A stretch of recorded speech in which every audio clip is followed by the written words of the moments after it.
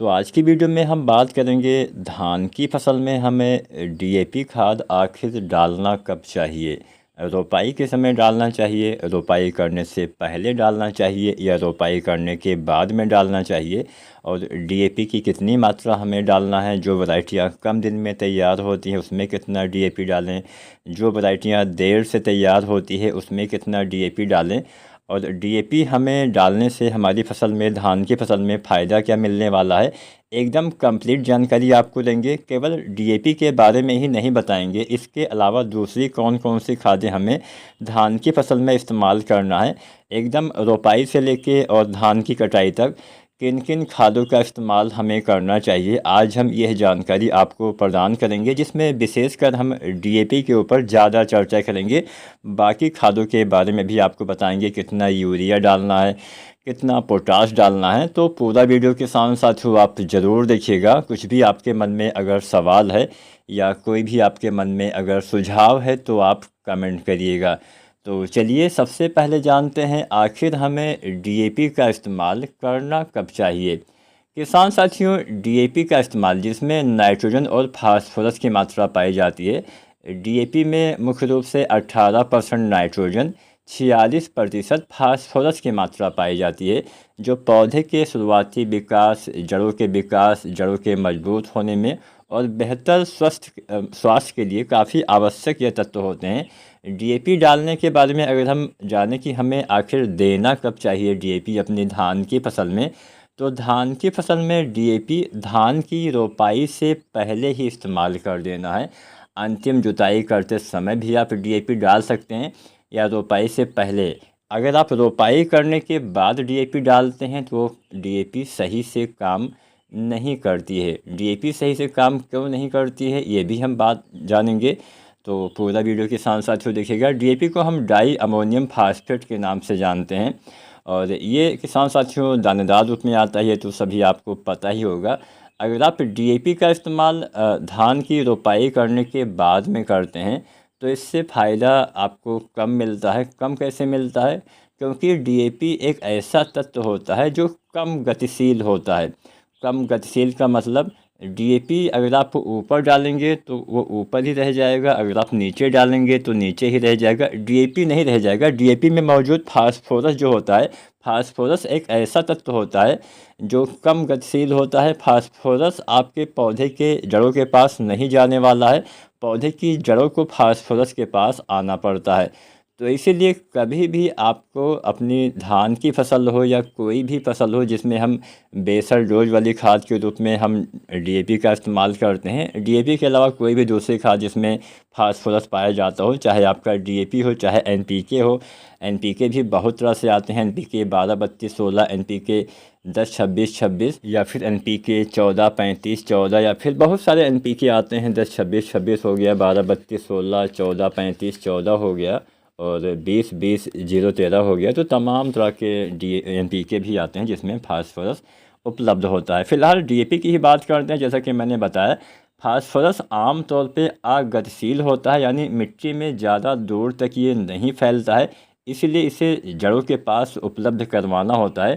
खासकर पौधे के शुरुआती विकास में ये काफ़ी जो है महत्वपूर्ण होता है। इसलिए डीएपी जैसी खाद का इस्तेमाल बुआई के समय या रोपाई के समय ही आपको कर देना चाहिए। अब हम बात करते हैं, मात्रा भी हम आपको बताएंगे, तो पूरा वीडियो देखिएगा। बहुत ही अच्छी वीडियो आपकी होने वाली है। कई बार हम ये सोचते हैं कि हमने खादों का इस्तेमाल भी किया, लेकिन हमें उतना अच्छा रिजल्ट उसका क्यों नहीं मिलता है।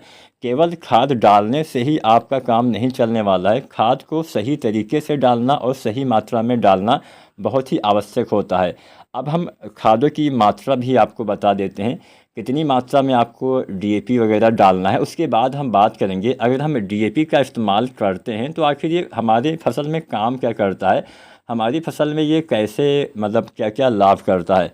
तो चलिए मात्रा के बारे में जान लेते हैं। आमतौर पे हम यहाँ पे खाद की मात्रा दो तरह से आपको बताएंगे। हमारी बहुत सारी जो धान की वैरायटी है, यहाँ पे जो हम खाद की मात्रा बताएंगे वो हाइब्रिड धान की वैरायटियों के बारे में बताएंगे। ये मात्रा हाइब्रिड धान की वैरायटियों में आपको डालना है।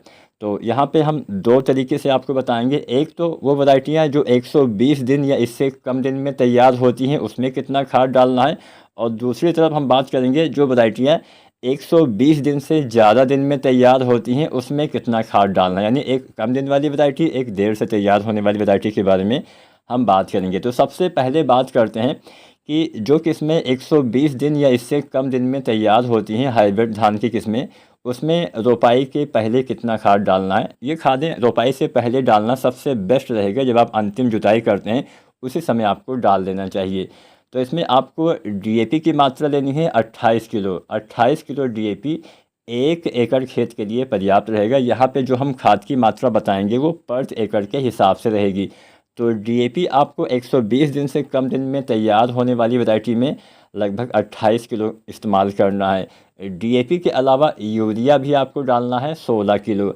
अब यह जो यूरिया है, यूरिया आप रोपाई से पहले भी डाल सकते हैं या 2-4 या 1 सप्ताह के भीतर तक भी डाल सकते हैं।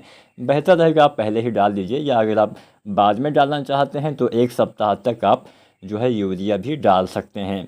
अब बात करते हैं पोटास। पोटास भी आपको इसी समय डालना है। जो एमओपी पोटास आता है उसकी मात्रा हम जानते हैं। तो एमओपी पोटास 11 किलो आपको डालना है, जो वैरायटियाँ जल्दी तैयार हो जाती हैं। तो ये 3 खादें विशेषकर आपको डालना है, यूरिया, डीएपी और पोटास। 120 दिन से कम दिन में तैयार होने वाली वैरायटियों में 28 kilo DAP, 16 kilo urea, 11 kilo MOP potash आपको इस्तेमाल करना है। ये तो हो गई रोपाई के समय क्या डालना है। अब दूसरी खादें जो हम बाद में डालते हैं उसके बारे में भी बात कर लेते हैं। रोपाई के 25 दिन के बाद आपको यूरिया डालना है 30 किलो, और 40-45 दिन पे फिर से आपको यूरिया डालना है 30 किलो, और 40-45 दिन पे ही आपको पोटास 12 किलो डालना है। पोटास को भी हम 2 हिस्सों में बांट के डालेंगे। पोटास की लगभग आधी मात्रा आपको रोपाई के समय और आधी मात्रा आपको जो है वो डालना है 40 से 45 दिन पे, जो कि इसमें 120 दिन से कम दिन में तैयार होती हैं। अब ये जो जिंक वगैरह हो गई, इसके बारे में हम बाद में बात करेंगे। हालांकि जिंक जो आती है वो आपको जब आप 25 दिन के आसपास जब आप यूरिया डालते हैं तो उसमें आपको उसी के साथ जिंक सल्फेट भी आप यूज कर सकते हैं। जिंक सल्फेट 33% वाला 5 से 7 किलो तक आप इस्तेमाल कर सकते हैं, या 21% वाला 8 से 10 किलो आप इस्तेमाल कर सकते हैं। लेकिन मेरा मानना है कि जिंक के अलावा जितने भी माइक्रोन्यूट्रिएंट्स होते हैं, जिंक को भी मिला के इनका आपको मिट्टी में इस्तेमाल नहीं करना है। इनका स्प्रे विधि से प्रयोग करना सबसे लाभकारी होता है और इसका ज़्यादा फ़ायदा मिलता है। जितने भी माइक्रोन्यूट्रिएंट्स होते हैं अगर आप ज़मीन में डालते हैं तो बहुत कम मात्रा में इसको पौधे उपयोग कर पाते हैं। तो इसके ऊपर आने वाले दिनों में भी आपको वीडियो देखने को मिल जाएगी। फ़िलहाल आज की वीडियो का फोकस डीएपी के ऊपर ही हम रखेंगे। अब बात करते हैं जो कि इसमें 120 दिन से ज़्यादा दिन में तैयार होती हैं, 125, 130, 135, 140 ऐसी वैरायटियाँ जो तैयार होती हैं। इसमें डीएपी आपको डालना है रोपाई के आसपास लगभग 38 किलो, यूरिया डालना है 20 किलो, पोटास भी डालना है 20 किलो। ये 3 खादें रोपाई से पहले डाल दीजिए। इसके बाद रोपाई के 30 दिन के आसपास यूरिया 40 किलो डालिए, और रोपाई के लगभग 45-50 दिन के आसपास यूरिया 40 किलो और पोटास एमओपी 20 किलो आपको इस्तेमाल करना चाहिए। यानी 20 किलो रोपाई के समय पोटास डालना है एमओपी वाला जो 60% वाला आता है, और 20 किलो आपको डालना है 50 दिन के अंदर आपको इस्तेमाल करना है। तो यहाँ पे हमने डीएपी के बारे में जाना, यूरिया के बारे में जाना, पोटास के बारे में जाना, हमने जिंक के बारे में भी आपको बताया।